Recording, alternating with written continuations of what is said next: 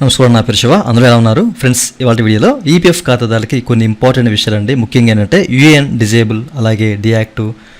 మాకు UAN active కావట్లేదు ఎట్లా అని చెప్పేసి చాలామంది కామెంట్ సెక్షన్లో అడుగుతున్నారు. అట్లాగే ఈ డిజేబుల్ అలాగే ఈ యొక్క డియాక్టివ్ సంబంధించిన కొన్ని ముఖ్యమైన విషయాలు ప్రీవియస్ వీడియోలో చెప్పాను. సో మళ్ళీ ఇక్కడ చెప్తాను మీకు, ఓకేనా? కారణాలు, అట్లా దాన్ని ఎట్లా సాల్వ్ చేసుకోవాలి అనే విషయాలు.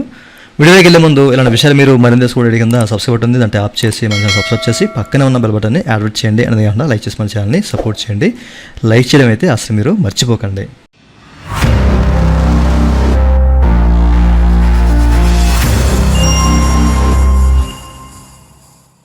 ఇక టాపిక్లోకి వెళ్ళే ముందు మీకు ఎట్లాంటి ఈపీఎఫ్ క్వరీ ఉన్నా కానివ్వండి, లేకపోతే ఏదైనా సర్వీస్ కావాలన్నా పెయిడ్ సర్వీసులు ఉన్నాయండి, నన్నైతే కాంటాక్ట్ అవ్వండి. నా వాట్సాప్ నెంబర్ వీడియో కింద మీకు డిస్క్రిప్షన్లో ప్రొవైడ్ చేస్తున్నాను.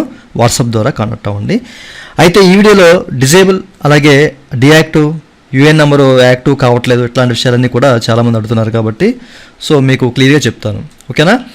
సో ముఖ్యంగా మీరు చెక్ చేసుకోవచ్చు. మనకేంటంటే 22/12/2023లో ఒక సర్క్యులర్ అనేది ఈపీఎఫ్ఓ విడుదల చేసింది ఈ యొక్క ఎస్ఓపి మీద. సో ఏంటి ఈ ఫ్రీజింగ్ అలాగే డీఫ్రీజింగ్ సంబంధించిన ఎస్ఓపి అనేది విడుదల చేసింది అనమాట.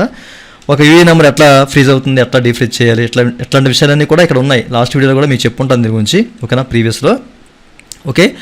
అయితే ఒక యూఏఎన్ నెంబర్ అనేది అసలు డియాక్టివ్ అలాగే యూఏఎన్ నెంబర్ అనేది డిజేబుల్ అవ్వడానికి కానీ ఫ్రీజ్ అవ్వడానికి కానీ ముఖ్యమైన కారణాలు ఏంటంటే అందులో 3 ముఖ్యమైన కారణాలు అయితే ఉంటాయండి. సో ఫస్ట్ వచ్చేసరికి ఏంటంటే ఫ్రాడ్లెంట్ విత్డ్రాల్స్ అనమాట. అలాగే మనకి ఈ యొక్క సస్పీషియస్ ట్రాన్సాక్షన్స్ కానివ్వండి, అట్లాంటి అకౌంట్స్ ఇట్లాంటివన్నీ కూడా అంటే అనుమానాస్పదమైన అకౌంట్స్ కానివ్వండి, లేకపోతే ఏదైనా మోసపూరిత విత్డ్రాల్స్ ఇట్లాంటివి చేస్తూ ఉంటారు కొంతమంది, ఓకే.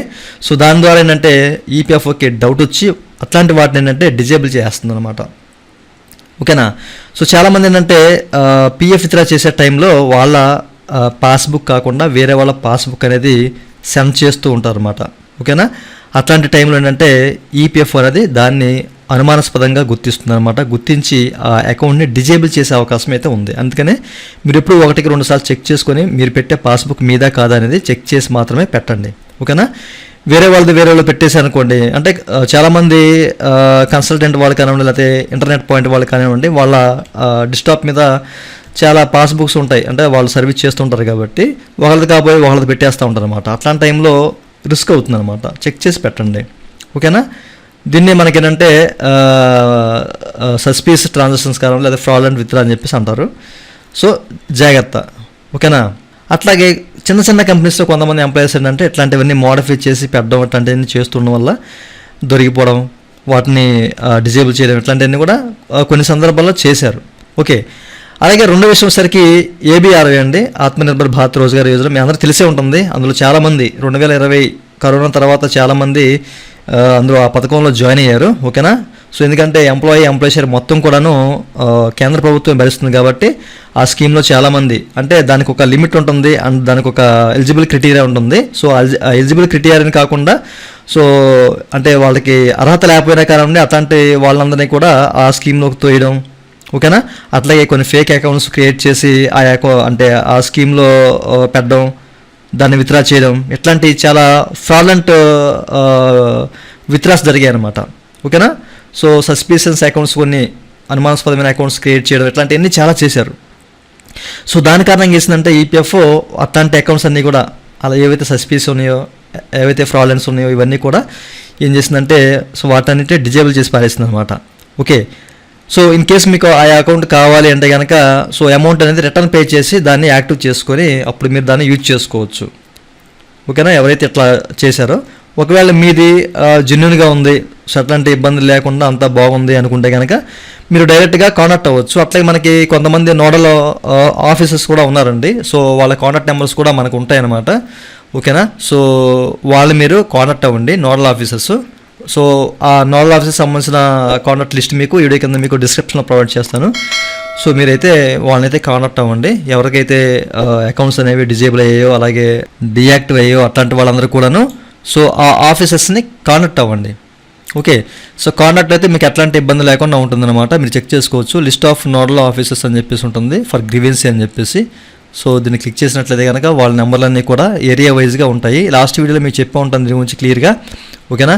సో వీళ్ళని కాంటాక్ట్ అవ్వండి. వీళ్ళ ఈమెయిల్ ఐడీస్ కూడా ఉన్నాయండి, సో దాని ద్వారా కాంటాక్ట్ అవ్వచ్చు. మొబైల్ నెంబర్స్ ఉన్నాయి. మొబైల్ నెంబర్ ద్వారా వీళ్ళు మీకు రెస్పాండ్ అవ్వకపోతే మెయిల్ చేయండి. ఓకేనా, ఇది ఒక ఇష్యూ వల్ల అవుతుందన్నమాట. ఏబిఆర్వై స్కీమ్ వల్ల కూడా అవుతుంది. ఓకేనా. అండ్ మూడోది ఏంటంటే కేవైసీ అండి. కేవైసీ చేయక చాలామంది అట్లాగే వదిలేస్తూ ఉంటారు అన్నమాట. ఓకేనా. ఇప్పుడంటే చాలామందికి పిఎఫ్ గురించి అందరూ తెలిసింది. పిఎఫ్ విత్డ్రా చేద్దామని చెప్పేసి చాలామంది అటెంప్ట్ చేయడం, సో దానితో సంబంధించిన డీటెయిల్స్ అనేవి మోడిఫై చేసుకోవడం అట్లాంటివి చేస్తున్నారు. ఎవరు వదలలేదు. సో ఎవరైతే ఇప్పటివరకు పట్టించుకోకుండా ఉంటారో, అప్పటి నుంచి ఇప్పటివరకు పట్టించుకోకుండా ఉంటారో, 2012 నుంచి 15 నుంచి చాలామంది ఏంటంటే పట్టించుకోవట్లేదు. అట్లాగే నన్ను చాలామంది కాంటాక్ట్ అవుతున్నారు. ఎక్కువగా ఏంటంటే ఏజ్డ్ పర్సన్స్ అనమాట. ఓకేనా. సో వాళ్ళు ఏంటంటే వాళ్ళకి అవసరం లేదు, అట్లాగే వాళ్ళు ఉద్యోగం చేసుకుంటూ అలాగే రన్ అవుతూ ఉన్నారు. సో ఏదో అవసరం వచ్చి తీసుకుందామన్న టైంలో ఏంటంటే వాళ్ళ డీటెయిల్స్ అనేవి కేవైసీ అవ్వట్లేదు అండ్ యూఎన్ కూడా డిజేబుల్ అయిపోతుంది అనమాట. ఓకేనా. కేవైసీ అనేది మీరు కంప్లీట్ చేయకుండా అట్లనే లాంగ్ టైం వదిలేస్తే అది కూడా డిజేబుల్ అయ్యే అవకాశం కూడా ఉంది. ఓకేనా. ఎందుకంటే ఫ్రాడ్లెన్స్ అలా విత్డ్రాస్ కానివ్వండి, లేకపోతే ఏదైనా సంథింగ్ జరగాలంటే ఇవే మెయిన్. ప్రీవియస్ పాత అకౌంట్లు ఉంటాయి కదా, వాటిని చేస్తూ ఉంటారు. ఓకేనా. సో ఈ విషయాన్ని మీరు గమనించాలి. అయితే దీన్ని మీరు ఐడెంటిఫై అసలు మనం ఒక అకౌంట్ ఫ్రీజ్ అయినా కానివ్వండి, సంథింగ్ ఏదైనా జరిగినా కానీ ఒక 30 days లోపు అయితే మీరు కాంటాక్ట్ అవ్వాలండి. సో గ్రీవెన్సీ ద్వారా కానివ్వండి, లేకపోతే పిఎఫ్ ఆఫీస్ ద్వారా కానివ్వండి, మీరు కాంటాక్ట్ అయ్యి సో ఇట్లా జరిగిందని చెప్పేసి వాళ్ళు చెప్పాలి. ఓకేనా. సో లేకపోతే మళ్ళీ అది ఇష్యూ అయ్యే అవకాశం కూడా ఉంది. ఒకవేళ మీ యూఏఎన్ నెంబరు ఫ్రీజ్ అయిపోతే కనుక 30 days లోపు అయితే ఇంటిమేట్ చేయండి ఈపీఎఫ్ ఆఫీస్కి. ఓకేనా. అది ఉత్తమము. అయితే ఇప్పుడు చాలామందికి ఏంటంటే ఏబిఆర్వై స్కీమ్లో ఉండడం వల్లే చాలామందికి డిజేబుల్ అయిపోయాయి. ఓకేనా. సో అట్లాంటి వాళ్ళు ఏం చేస్తారు అంటే కనుక సో మీరు ఇక్కడ చెక్ చేసుకోవచ్చండి. ఓకేనా. ముఖ్యంగా వీళ్ళు ఫామ్ 5, ఫామ్ 10, 11 ఇవన్నీ సబ్మిట్ చేయాలి. Pan card, Aadhaar card, bank details అన్నీ కూడా సో ఈపీఎఫ్ ఆఫీస్ సబ్మిట్ చేయాలన్నమాట.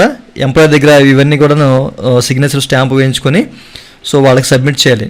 ఎందుకంటే ఏబిఆర్వై స్కీమ్లో అర్హత లేకపోయినా చాలామంది జాయిన్ అయ్యారు కాబట్టి అమౌంట్ అనేది వాళ్ళకి రిఫండ్ చేయాలి. రిఫండ్ చేసినప్పుడే వాళ్ళ యూఎన్ అనేది మళ్ళీ ఎనేబుల్ అవుతుంది, యథావిధిగా కొనసాగించుకోవచ్చు. ఓకేనా. ఈ ఫామ్స్ అనేవి సబ్మిట్ చేయాలి. ఈ ఫామ్స్ సంబంధించిన ప్రతి ఒక్క లింక్ అనేది ఈ సంబంధించిన ఫామ్స్ అన్నీ కూడా మన వెబ్సైట్లో ఉంటాయండి. సో వెబ్సైట్ సంబంధించిన లింక్ ఇవిడే కింద మీకు డిస్క్రిప్షన్లో ప్రొవైడ్ చేస్తాను. ఓకేనా. సో మీరైతే అక్కడికి వెళ్ళి డౌన్లోడ్ చేసుకోవచ్చు. అవన్నీ కూడాను మీరు చెక్ చేసుకోవచ్చు. ఇది ఫామ్ 5 అనమాట. సో ఈ ఫామ్ 5 ఫిల్ చేయాలి. అండ్ ఆ తర్వాత మనకి 11 సో మీరు ఇక్కడ చెక్ చేసుకోవచ్చు. ఇదంతా ఫిల్ చేసి ఎవరైతే ఎంప్లాయర్ ఉన్నారో వాళ్ళ సైన్ స్టాంపు వేయించుకొని పిఎఫ్ ఆఫీస్లో సబ్మిట్ చేయాలి. అండ్ ఇక్కడ మనకి 10 కూడా మీరు చెక్ చేసుకోవచ్చు. ఓకేనా.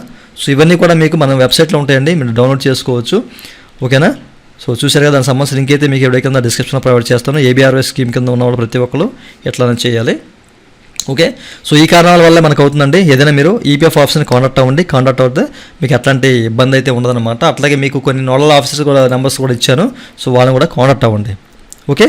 సో ఇంకా మీకు ఏదైనా డౌట్స్ ఉంటే వీడియో కింద కామెంట్ చేయండి. అండ్ మీకు ఏదైనా సర్వీస్ కావాలంటే పెయిడ్ సర్వీస్ నన్నైతే కాంటాక్ట్ అవ్వండి. నా వాట్సాప్ నెంబర్ వీడియో కింద మీకు డిస్క్రిప్షన్లో ఉంటుంది. ఇదండి వాళ్ళ వీడియో. ఈ వీడియో మీకు నచ్చితే వీడియో కింద లైక్ బటన్ ఉంది, లైక్ చేసి మన ఛానల్ సపోర్ట్ చేయండి. అలాగే ఏదైనా విషయాలు మీరు మధ్య తీసుకునే వీడియో కింద సబ్స్క్రైబ్ బటన్ ఉంది, దాన్ని ట్యాప్ చేసి మనం సబ్స్క్రైబ్ చేసి పక్కనే ఉన్న బెల్ బటన్ని యాక్టివేట్ చేయండి. Thank you for watching and జై హింద్.